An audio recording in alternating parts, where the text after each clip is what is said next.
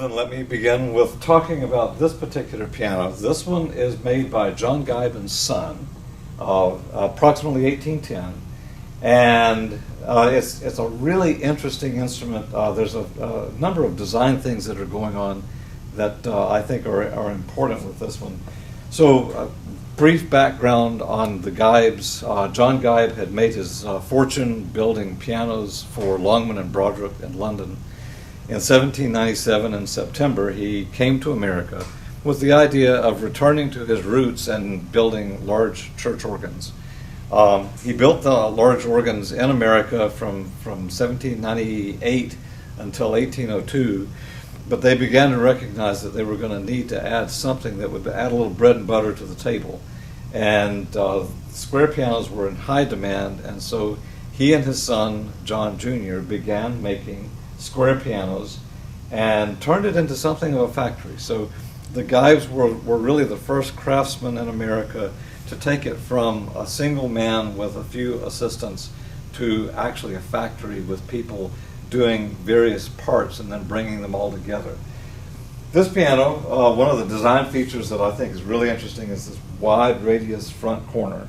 Both of the front corners are very wide, and this was a design that was in vogue for only a few years in piano making. It probably originated with George Detmer in London about 1802. That's the earliest that we have found an example by Detmer that includes these rounded corners. Some other makers would adopt this, including Luke Field, who had been a partner of Geib's in London, and Geib himself. In the construction of it, it's fairly elaborately veneered and a lot of brass stringing. So this is this kind of American New York style that was far beyond anything that you would have found in a London-made piano at the time. The pillar and plinth stand that we have here with the Grecian legs on it is also something that you would not have typically found in any English piano from the time, but might have shown up in France. And this marriage of that kind of a design element into a piano would be something that could really only happen in America. So it's kind of neat. As we go along, we see a very prettily painted name board. These are the original mirror backings. In the original piano, there would have been a very fine filigree veneer across the front of this that was all scroll cut, and it's lost those. Many of these pianos have lost that. And then if you'll notice carefully, there's a little lightning bug right here on this branch. Finding insects incorporated into the decoration of pianos is fairly uncommon, but it's a fanciful little element that somebody has added when they did this name board in New York. So lovely instrument, 5.5 octaves. One of the other parts is you'll see this is the little knob. When I push the pedal on that side, it'll bring the knob up and then lift the lid. So this is a lid swell. There's a little piece of fabric here to silence it so that it doesn't make a lot of noise, and as you can see, that works pretty well. And so the swell allows the volume change to be even greater, and was able to give a range of dynamics to the piano that it wouldn't normally have had. This one is all original condition. The hammers have been left unchanged. The strings are unchanged. And as I tell people, with Geib pianos had a special feature that only Geib used. If this is the damper lever in the back, which would rise up and bring the damper up, it actually rises like that, excuse me. The back end of the tail of the key lever is shaped like a C, and so it fits into a little leather-covered damper raiser and brings the damper up, and then when you let the key down, it pushes the key back down. And so it gives a little extra emphasis to the damper resting back on the string, and it makes it go silent faster than most English pianos. So a very efficient damping system without adding any extra weight to the touch. So a kind of a neat concept. If we go forward about 20 years from 1828, This one is by Robert and William Nunns. So Robert and William Nunns had been almost certainly with Clementi in the 18 teens, and as young men had journeyed to America about 1823. And we actually have their immigration papers where they arrive in America. And by 1825, they were with a company called Dubose and Stoddard, who were furniture dealers. So these are not people that actually make anything. They're both dealers, William Dubose and William Stoddard, not the same William Stoddard that made the large English grand pianos, but in this case, a Stoddard totally unrelated to the piano business. Robert and William Nunns, on the other hand, were very, very high-level craftsmen, and that's probably why Dubose and Stoddard picked them up, because they were known for their really fine furniture. Deming and Bulkley and Dubose and Stoddard were the places to get furniture from when you were in America. This one is one of the most highly decorated versions that they ever made, and it's just got all sorts of design elements going on. We see the neoclassical material here, followed by high federal in the shade, and then cornucopias on the side, floral stringing, straight stringing, a change of veneer, all done in rosewood. And this is at a time when rosewood is still fairly expensive. The other neat part of this one is that it's totally symmetrical as a piano. So when you close the lid up, you'll see the lock escutcheon for closing the lid. And then on the back side of this piano is another lock escutcheon that can never hope to do any good. It's set into the solid oak back of the piano, but it was simply to make it look symmetrical from all sides as it's set in the middle of a room. So this was made to go into a very wealthy person's home and to sit in the middle of the room and really show off. It was kind of a decorative element and a way of being a showpiece. Really curious to find it. On the inside, an early metal string plate for 1828 in America, and then where it screws in, they've covered that with patent leather that's been gilt and tooled.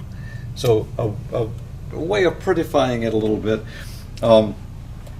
This one has survived rather nicely over the years, and it's one that we could return to playing order, with a little bit of work on the action. So that's the Dubose and Stoddard, and then the last one I want to talk about up here is this one by Robert and William Nunns. It doesn't say that on the front, but I know from the layout on the inside immediately that this is the work of Robert and William Nunns, and then that this one would have dated from about 1830. So Robert and William Nunns got in with Dubose and Stoddard in 1825 with a 5-year contract that would be up in March of 1830. When the contract was up, they decided to go out on their own. Dubose and Stoddard picked up John Osborne and began to work with him to continue making pianos until 1835. One of the curious parts of this, the string plate's absolutely beautiful. It's been heavily marbleized with the painted decoration, and it's absolutely lovely. We have the new French action in here with the dampers raised, hinged in the front and then raised from the back. So it makes a very efficient damper that isn't particularly heavy, and gives it a lovely sort of damping sound. This one is a unichord, one string per note, so it was meant to go into the deep south, and in fact that's what happened. This one was sold into South Carolina when it was new. At some point it made its way up to southern North Carolina, and that's where I found it and brought it back to South Carolina. The fact that it doesn't have any name can actually be explained by something else that was going on, a political crisis that had happened at the time.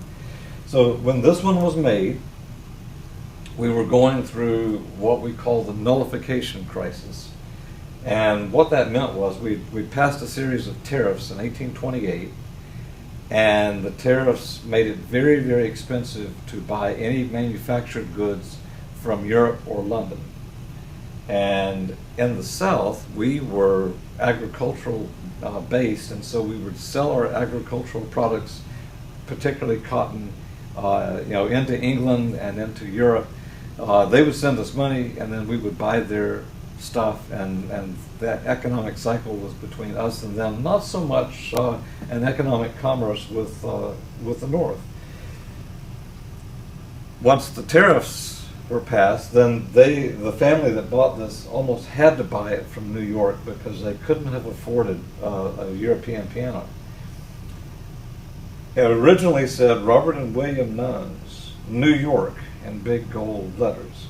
Well, anything that was from New York was just hands down no, we don't want to talk about that in the family. And so a little cottage industry sprang up in America that would sponge away the writing inside. And because the Nunns brothers had picked the South as one of their heavy marketing areas, they were selling a lot of pianos into the South. So there are like 13 or 14 examples of pianos that have survived that have had their names sponged off, made by Robert and William Nunns. I've encountered at least one Geib piano that someone had started to take the name off, but with the Geibs it was tougher to do it and leave something behind that looks pretty. So they had to stop the work, and they only managed to erase part of the name in one corner when the owner apparently said, stop, that looks terrible. Well, it does. Because of the way Robert and William Nunns built their pianos, you could sponge it away and you still have a pretty wood surface behind it. So they got the full treatment all the time. By 1834, the nullification crisis had passed. We were no longer ready to secede from the Union, and Andrew Jackson had won the day. And so later pianos typically don't have this kind of vandalism. But this one has it, and it's kind of neat that we can talk about it. On the four columns with a very, very elaborate, heavy bass here, we see a piano that, once again, made to make a statement. And this would have been a very elegant piano to have in the home. Because Robert and William Nunns did such a good job, this one is another one where all the strings are original and all the hammer coverings are original. It has a slightly smaller voice than the 1834 version, simply because it's a little bit smaller instrument, but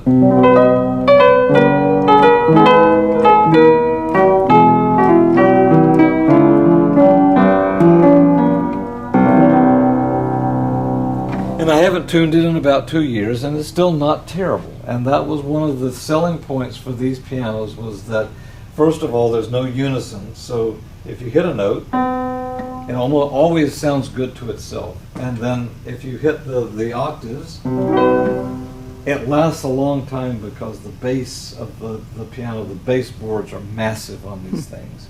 And then with only one string per note, the total tension is a little lower. So these pianos tend to survive very well, and I've become fond of the Nunns output.